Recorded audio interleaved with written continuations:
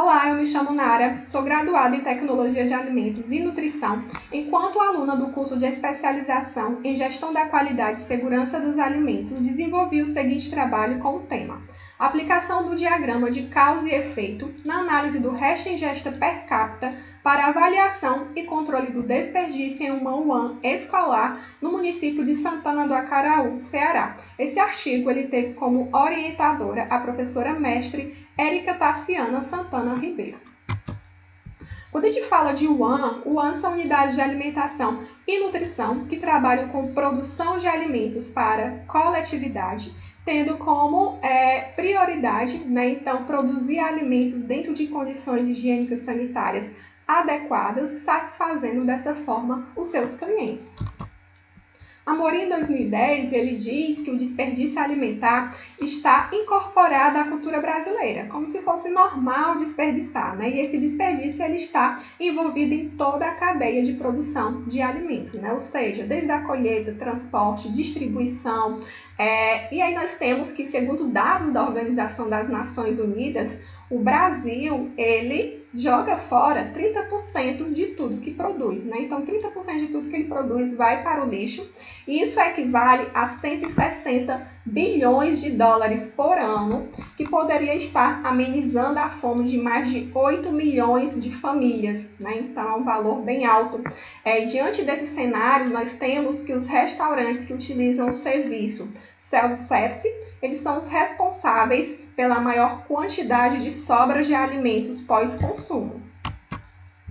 Augustine e outros autores, ele faz um paralelo entre o controle de restos e sobras limpas, né? Onde ele fala que o controle de restos é mais difícil de ser controlado, né? Comparando com as sobras limpas, porque ele envolve a relação entre o cliente e o alimento, né? O cliente e a refeição que ele está consumindo. E esses dois fatores variam, né, todos os dias.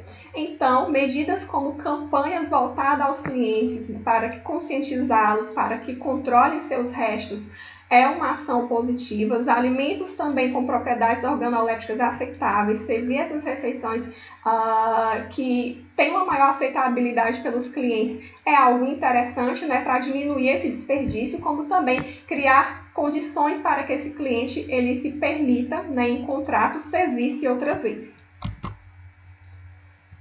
Alguns autores eles colocam, né, que o desperdício de alimentos tem aumentado consideravelmente dentro da produção alimentícia e que isso está relacionado à falta de comprometimento da equipe e dos clientes com a sua cidadania.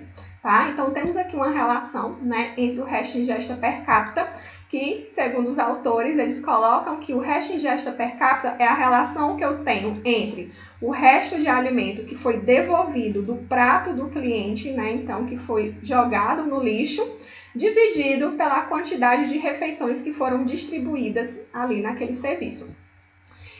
Esses autores eles destacam que o percentual de resto pode variar, né, de 2 a 5% da quantidade servida ou de 15 a 45 gramas por pessoa, sendo que outros autores discordam, recomendando que esse resto deva ser próximo a zero. O diagrama de causa e efeito ele é uma ferramenta da qualidade que foi proposta aí por Ishikawa em 1943, que tem como objetivo fazer uma análise das operações dos processos produtivos, né? Então relacionando um efeito às possíveis causas que estão contribuindo para que esse problema, né, ele aconteça. Então, como vocês podem observar na imagem, esse diagrama ele está dividido em flechas, onde essas flechas elas apontam para as causas, né, que estão levando aí para que esse efeito aconteça, né? Então, sendo que essas causas elas estão divididas, né, subdivididas aqui dentro desses níveis. Então, o objetivo desse trabalho foi avaliar o desperdício de alimentos através do resto ingesta per capita de uma unidade de alimentação e nutrição escolar, assim como levantar hipóteses sobre as causas fundamentais, né, do mesmo, utilizando ferramentas de qualidade, além de sugerir ações que possam contribuir na redução dessas perdas de alimentos na unidade estudada. Quanto ao local de pesquisa, então, o trabalho ele foi realizado em uma unidade de alimentação e nutrição, né, em uma terceirizada que funciona dentro da escola profissional na cidade de Santana do Acaraú, Ceará. Essa unidade terceirizada ela atende estudantes com idade entre 14 a 21 anos, de segunda a sexta-feira, né? Então oferecem 3 tipos de serviço: café da manhã, almoço e lanche da tarde, produzindo em média 415 refeições em cada serviço. O cardápio do almoço contém os seguintes itens. O cardápio do almoço foi um tipo de serviço que foi acompanhado, né, nesse estudo. Então ele oferece uma opção de carne, arroz, feijão, salada, sobremesa e refresco. E o serviço é do tipo self-service, né? Exceto a proteína, que é servida por um colaborador. Então, a coleta de dados ela foi realizada no mês de outubro, no ano de 2017, através de visitas à cozinha, como também a observação do serviço, né, durante a distribuição do almoço. Então, a pesagem elas foram realizadas durante 18 dias não consecutivos. As lixeiras elas foram distribuídas de forma a separar, né, ossos separados de restos para facilitar essa pesagem, cascas de frutas também separadas de descartáveis. Então, tudo isso era orientado por um aluno já treinado. O peso do resto, né, então, foi feito através de pesagem dessas lixeiras que estavam situadas na área de devolução de utensílios que continham esses alimentos desprezados pelos clientes. Para identificar as causas que contribuíram para o desperdício, utilizou-se o diagrama de Chical, né, na qual, para sua produção, foi usada a técnica de brainstorming com a participação dos estudantes no levantamento dessas hipóteses, né, das possíveis causas que estariam levando para aquelas perdas identificadas, né, para o nosso problema que estava sendo estudado, que era o desperdício. Para fins de cálculo, nós utilizamos a fórmula de Weiss 2006, né, onde contém a seguinte equação. Resto per capita é o quê? A quantidade rejeitada ali do prato do cliente, né, dividido pelo número de refeições que foram servidas naquele serviço.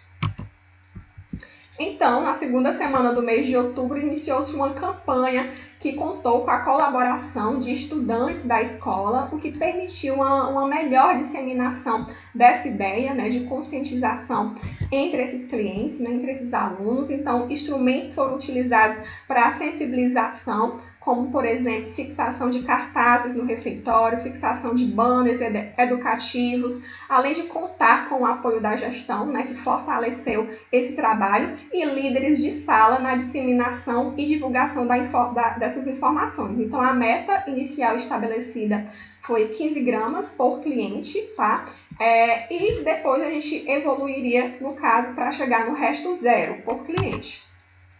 Então, aqui nós encontramos os resultados das pesagens dos restos e per capita do resto, de acordo com o número de refeições. Então, a gente encontrou uma média de resto que variou de 23 gramas a 35 gramas por pessoa. Então, na segunda semana, nós obtivemos aí um resto per capita de 23 gramas por pessoa, e que isso pode ser justificado tanto pela intensificação das ações, né, das campanhas relacionadas à educação dos comensais, né, à conscientização quanto à diminuição do desperdício, como também uma melhor cardápio, né, que foi oferecido, uma melhor aparência, uma melhor qualidade do cardápio que foi oferecido. Também foi avaliado esse resto em combinação também com o cardápio que era oferecido no dia. Em 18 dias, de acordo com o estudo, tá? Então foram desperdiçados 230 quilos de alimentos. Então aqui a gente tem um estudo que foi feito por Alcioli et al. 2014, onde ele acompanhou, né, esse desperdício por 6 dias em uma UAM, e ele encontrou nos seus estudos restos que os resultados deram de 30,98 quilos. Tá? Que poderiam alimentar 52 pessoas. Então, em um ano, mais de 1 tonelada, o que seria suficiente para alimentar aí 2.991 pessoas. Então, foi bem superior a média de restos que foi encontrado na nossa unidade estudada, né, que foi de 12,39 quilos, tá? Então, segundo aí alguns estudos, né, então, estudar o desperdício de alimentos, então, significa que a gestão, ela se preocupa com a avaliação dos seus serviços, né, e sendo que esses resultados servem de base para a tomada de decisões, de ações, para minimizar, né, esse efeito, né, o problema, o impacto disso dentro da unidade. Então, também foi aplicado, né, o diagrama de Chicago. Então, aqui nessa figura nós temos a apresentação do diagrama obtido, tendo como efeito o desperdício de alimentos, tá? Então, foram levantadas possíveis causas que estavam levando aí ao desperdício. Então, a partir da análise dessas causas, né, desses problemas encontrados, foi possível montar ações para que pudéssemos minimizar esse problema, né, o desperdício de alimentos. Então, com os dados provenientes desse estudo, torna-se possível implantar ações corretivas relacionadas ao ambiente interno da empresa, né? Então, visando dessa forma diminuir esse desperdício e, consequentemente, a empresa conseguirá um processo aí, mais eficaz. Então, quanto à conclusão, nós temos que o diagrama de Chicago, junto à análise do resto ingesta per capita, né, então ele possibilitou quantificar esse desperdício, como também propor ações para que pudéssemos contribuir, né, com a redução a valores próximos à meta que foi estipulada. Então, o acompanhamento desse trabalho, né, então as ações sendo feitas de forma contínua, isso permite um melhor acompanhamento do desperdício, como também uma diminuição do mesmo. A aplicação da ferramenta de qualidade, então, ela foi essencial para que pudéssemos quantificar e qualificar o desperdício, tá? Então, isso está relacionado a todos os quesitos que foram apresentados no diagrama. Então, desde o planejamento da produção, qualificação dos profissionais, a elaboração de cardápios que pudessem satisfazer os comensais, entre outros. Então, nós concluímos que o diagrama de Chicago, ele é sim uma excelente ferramenta de qualidade que pode ser utilizado para guiar toda a empresa na melhoria contínua dos serviços, né, que são ofertados. Então, a aplicação desse diagrama permitiu ter uma visão geral das causas que estavam levando a esse efeito, que era o desperdício, como também encontrar soluções para que os problemas, né, encontrados fossem aí minimizados. Então, aqui são as referências utilizadas no trabalho e obrigada!